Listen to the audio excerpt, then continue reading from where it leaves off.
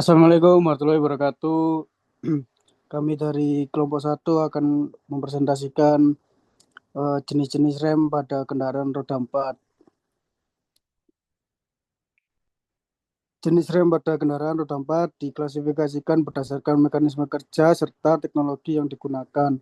Berikut adalah jenis-jenis rem kendaraan pada roda 4.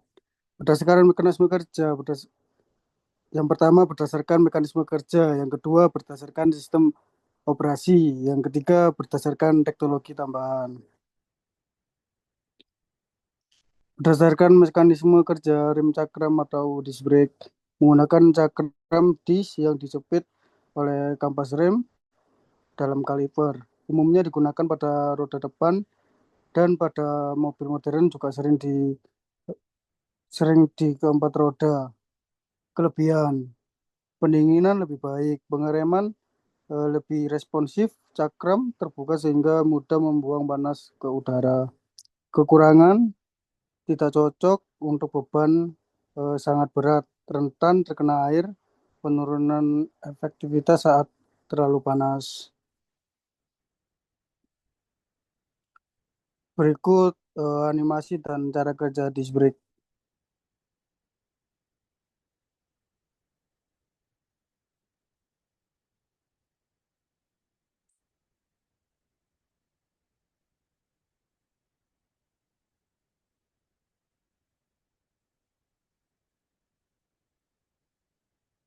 Next.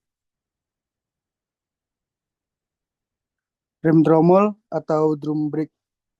Rem tromol bekerja berdasarkan gesekan udara,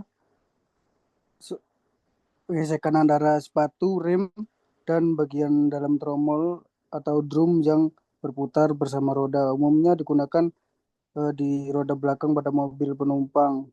Kelebihannya lebih murah dan lama, cocok untuk rem tangan atau parking brake. Kekurangannya pendinginan kurang baik, respon lebih lambat, rawan kehilangan daya cakram saat panas berlebih. Berikut merupakan animasi kerja rem tromol.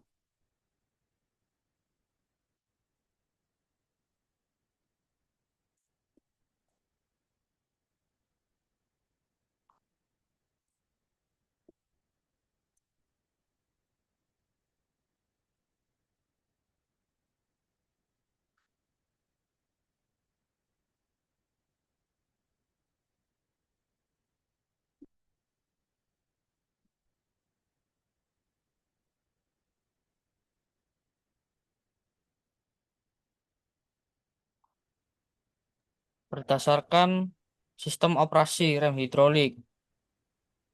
Rem hidrolik adalah sistem pengereman yang kerja berdasarkan hukum Pascal, di mana tekanan yang diberikan pada fluida dalam ruang tertutup akan diteruskan secara merata ke segala arah.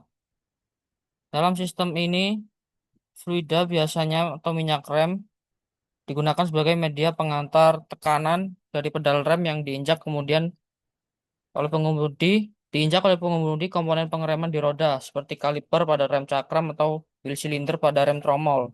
Karena menggunakan sistem tertutup, tekanan yang diberikan kaki pengemudi diperbesar dan diteruskan secara efisien ke roda kendaraan. Berikut ini animasi rem hidrolik.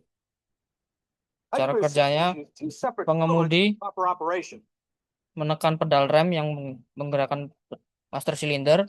Master cylinder mengubah tenaga mekanik dari pedal menjadi tekanan hidrolik.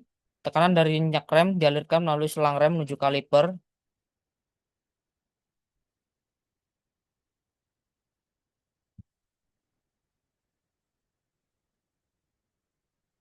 Rem mekanik. Rem mekanik adalah sistem pengereman yang bekerja menggunakan gaya mekanis langsung seperti tarikan kabel baja atau dorongan batang logam tanpa bantuan fluida atau tekanan udara. Kelebihan struktur dan prinsip kerjanya sederhana sehingga mudah dipahami, murah dalam produksi perawatan.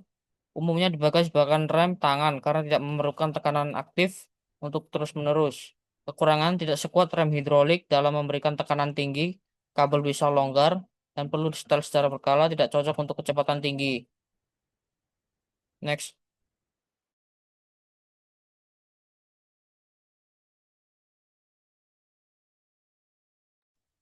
Rem pneumatik udara. Rem pneumatik adalah sistem pengereman yang bekerja dengan menggunakan udara bertekanan sebagai media untuk mengaktifkan mekanisme rem. Rem ini umumnya digunakan pada kendaraan besar seperti truk, bus, kereta api. Karena rem ini mampu menghasilkan gaya pengereman yang besar dan stabil. Kelebihan, cocok untuk kendaraan yang butuh daya pengereman tinggi. Jika ada kebocoran, sistem defaultnya akan mengunci rem sehingga kendaraan bisa berhenti. Kekurangan, respon lebih lambat, perawatan rumit, butuh kompresor. Next. Next. Animasi cara kerja rem pneumatik.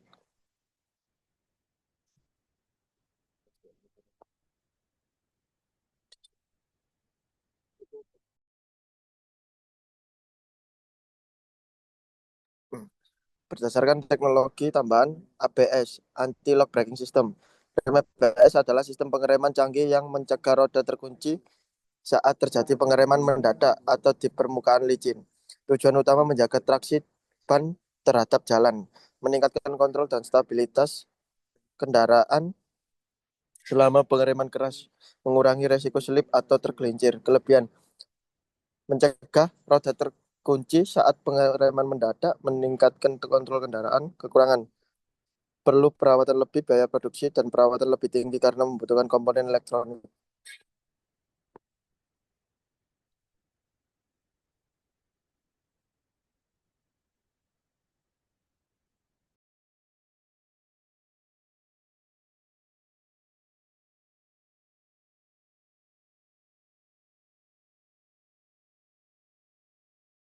EBD atau Electronic Brake Force Distribution. EDBD adalah sistem pengereman pintar yang bekerja sama ABS untuk mengatur distribusi gaya pengereman ke setiap roda secara otomatis dan proporsional. Tujuannya menyesuaikan gaya pengereman berdasarkan beban kendaraan, distribusi berat penumpang atau barang, kondisi jalan, dan kecepatan kendaraan. Dengan begitu, pengereman menjadi lebih stabil dan efisien, terutama saat membawa beban berat atau menikung.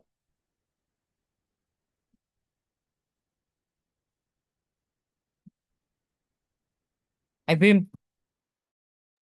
Animasi cara kerja saat pengemudi mengerem. DPD membagi tekanan rem berbeda-beda ke tiap roda. Umumnya roda belakang dapat gaya pengereman lebih kecil agar tidak tergelincir. Sensor beban dan kecepatan membaca kondisi kendaraan secara real time. Bekerja bersamaan dengan ABS untuk mencegah penguncian roda saat pembagian gaya rem berlangsung. Next.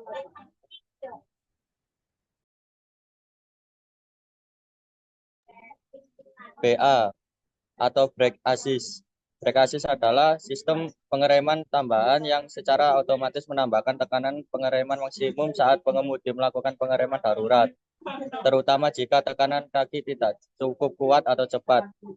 Tujuan utama BA untuk mengoptimalkan efektivitas rem dalam kondisi darurat, walaupun pengemudi belum menekan pedal rem dengan penuh tekanan. Next.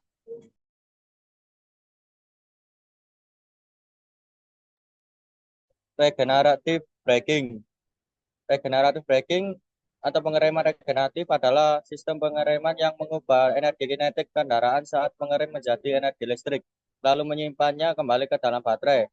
Tujuan utama, menghemat energi dan meningkatkan efisiensi kendaraan. Cara kerjanya, satu, yaitu saat mengemudi menginjak rem atau melepaskan pedal gas motor listrik berubah menjadi generator. Kedua, energi putaran roda atau energi kinetik diubah menjadi energi listrik atau generator.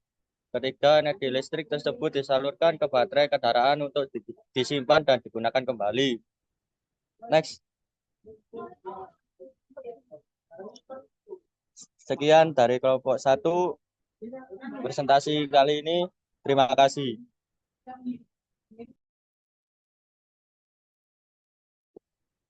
Bisa. Dan enggak